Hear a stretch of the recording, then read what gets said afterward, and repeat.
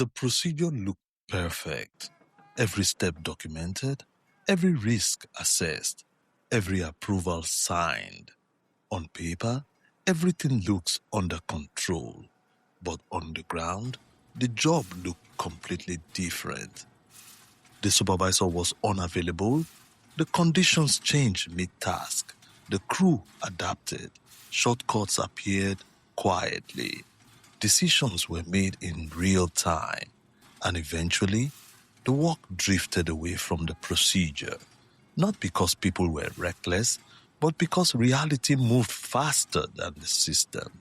And most of the time, nothing goes wrong until the one time it does. Today, we explored one of the most unexamined risks in safety leadership, the gap between how work is imagined and how work is actually done. This is the safety edge.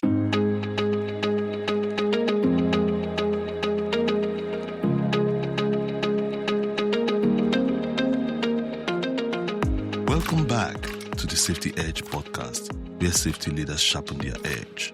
I'm Charles Edgar, your safety leadership coach. In this podcast, we explore the real dilemmas safety leaders face on site and in the workplace. Not textbook examples, not perfect scenarios, but the challenging, uncomfortable human moments when there's no obvious right answer and the pressure is real. And in each episode, we unpack one real-world leadership dilemma and explore how adopting a coaching mindset can make the difference. Not by controlling people, but by sharpening how we think, listen, and lead. Organizations often believe if the procedure exists, the risk is controlled. But procedures do not perform work, people do. And real work rarely unfolds exactly the way it was designed. Weather changes, equipment behaves differently, deadlines create pressure, staffing changes, unexpected conditions emerge. So workers adapt, not because they want to violate procedures, but because they are trying to complete the work successfully within the real operational conditions. And here's the uncomfortable truth. Many organizations do not actually understand how work gets done on the ground. They understand how they expect it to be done. And that difference matters because safety failures often begin in the gap between the written process and operational reality. Picture this. A maintenance crew is preparing for a routine isolation task. The permit is approved, the checklist is complete, everyone signs off. On paper, the job is fully controlled, but once the work begins, conditions change. A valve is harder to access than expected. Communications become difficult. The supervisor steps away to another urgent issue. The crew adjusts the sequence to keep work moving. Nobody announces, we are now deviating from procedures. The drift begins quietly, one adaptation at a time. And because experienced people are involved, the task still gets completed safely. Later, leadership reviews the paperwork and concludes, the procedure worked. But what actually kept this task safe? The procedure or the workers adapted around its limitations? And suddenly, a difficult question emerges. If safety depended on people compensating for the gaps, was the safety truly controlling the risk? Safety researcher Eric Holnager described this as work as imagined versus work as done. Work as imagined is the formal process, the written procedure, the ideal sequence of work. It assumes hazards are known upfront. Conditions remain stable. Supervisors are accessible. Steps are followed exactly. But work as done is different. It is how work actually unfolds under pressure, uncertainty, and changing conditions. And here's the key insight. The gap between how safety is designed and how safety is performed is not necessarily a compliance failure, it is an operational reality. The problem is not that adaptations exist. The problem is when organizations cannot see them because invisible adaptations create invisible risk. And that is the dilemma.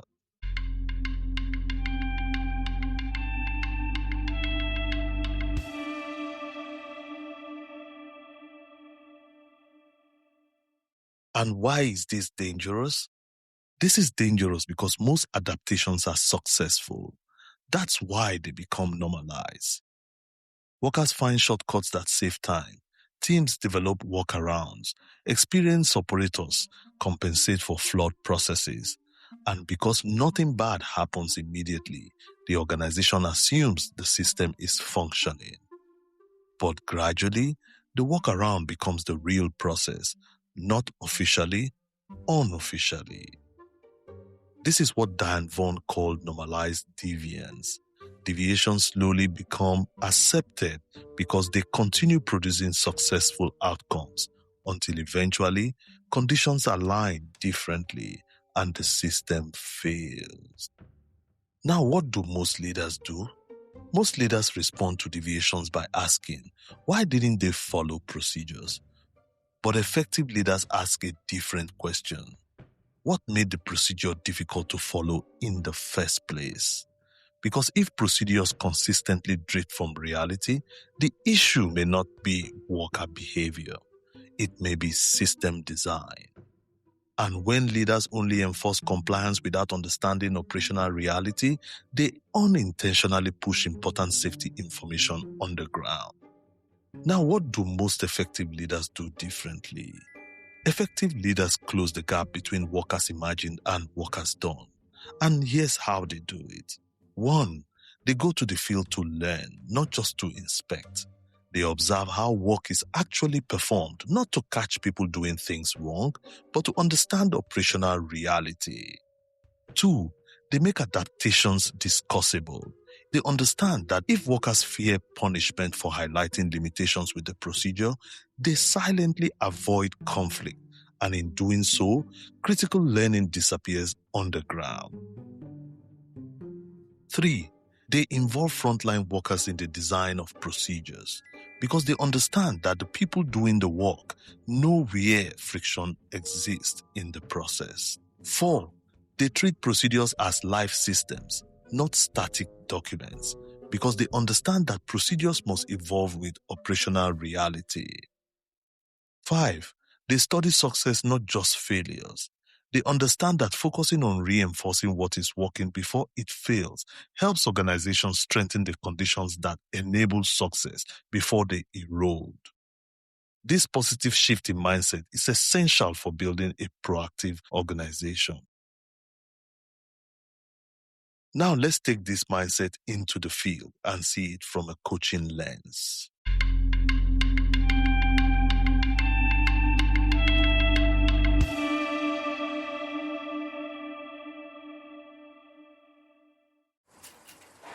You are observing a post-job review between a supervisor and operators after the work has been completed. And the supervisor says, I noticed the team skipped part of the verification step yesterday. The operator responded, Honestly, we've been doing it that way for months. And as the leader, you respond, sorry, I couldn't help listening, but can I ask why? Because the actual sequence out here doesn't match the checklist anymore. To be fair, the procedure hasn't been updated since the equipment modification last year. So what's happening right now? Well, we always adapted ourselves depending on the conditions. The team found a way that keeps the job moving, but it's not what the document says. And does management know there's a gap between the procedure and the work being done? I don't think they fully realize how different the field conditions are. To be honest, some of our guys had mentioned it before, but nothing really changed. So eventually people stopped raising it? Pretty much so, I guess. After a while, it just became the way we do it. That's how normalization starts. Not because people are careless, but because unresolved workarounds slowly become accepted practice. The difficult part is that the team probably believes they're managing the risk responsibly. Exactly. Most drifts don't begin with recklessness. It usually begins with adaptation. Then we don't just have a compliance issue. We have a learning issue. Because if procedures no longer reflect operational reality, it means the organization is just learning from paperwork and not from operations. The goal is not blind enforcement of procedures. It is building systems where procedures reflect reality, because procedures that ignore operational reality eventually lose credibility.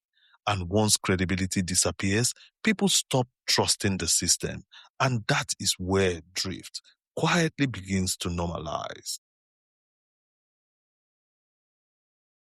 Now let's go over the key takeaways from this episode. Procedures are important, but procedures alone do not create safety. People constantly adapt work to real conditions.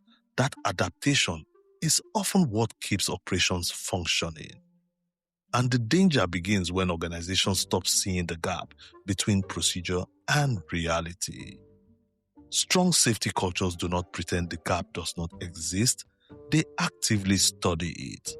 Because safety leadership is not just about enforcing procedures, it's about understanding work deeply enough to ensure the procedure still makes sense in the real world.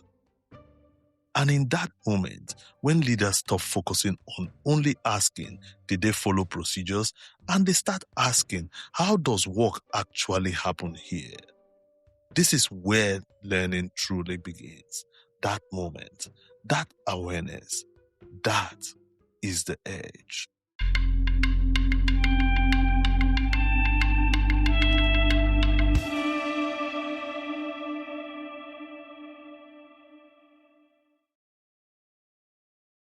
This is the first episode in Season 4 of the Safety Edge podcast, where we examine systems, work, and organizational drift.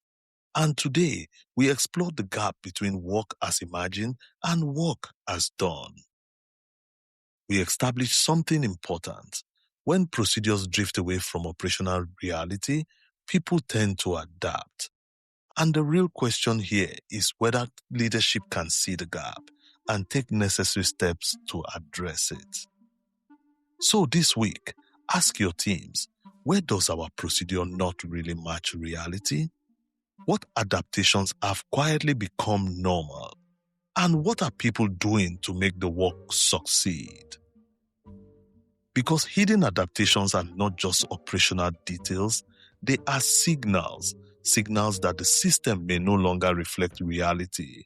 And in that moment, the gap between work as imagined and work as done becomes impossible to ignore. But leadership has a choice: ignore the signal or learn from it. When leaders ignore these signals, they quietly lay the foundation for organizational drift, the gradual weakening of defenses that eventually lead to incidents and accidents. But when leaders choose to learn, they make a conscious decision to strengthen the system, improve safety, and bring reality back into alignment with the way work is expected to be done. If this episode resonated with you, share it with your team and start the conversation about where work as imagined may no longer match work as done, because sometimes the conversation that prevents the next incident begins with a simple moment of reflection. While here, make sure to follow and subscribe to the podcast so you never miss an episode. And don't forget to invite a friend or colleague to listen along with you. Thank you for joining me for this episode of the Safety Edge podcast. I'm Charles Edgar, your safety leadership coach. And until next time, keep leading, keep learning, and keep sharpening your edge. Bye for now. Brought to you by the Safety Edge platform, an independent leadership and safety learning platform, building leadership capacity, one conversation at a time. Find us wherever you get your podcasts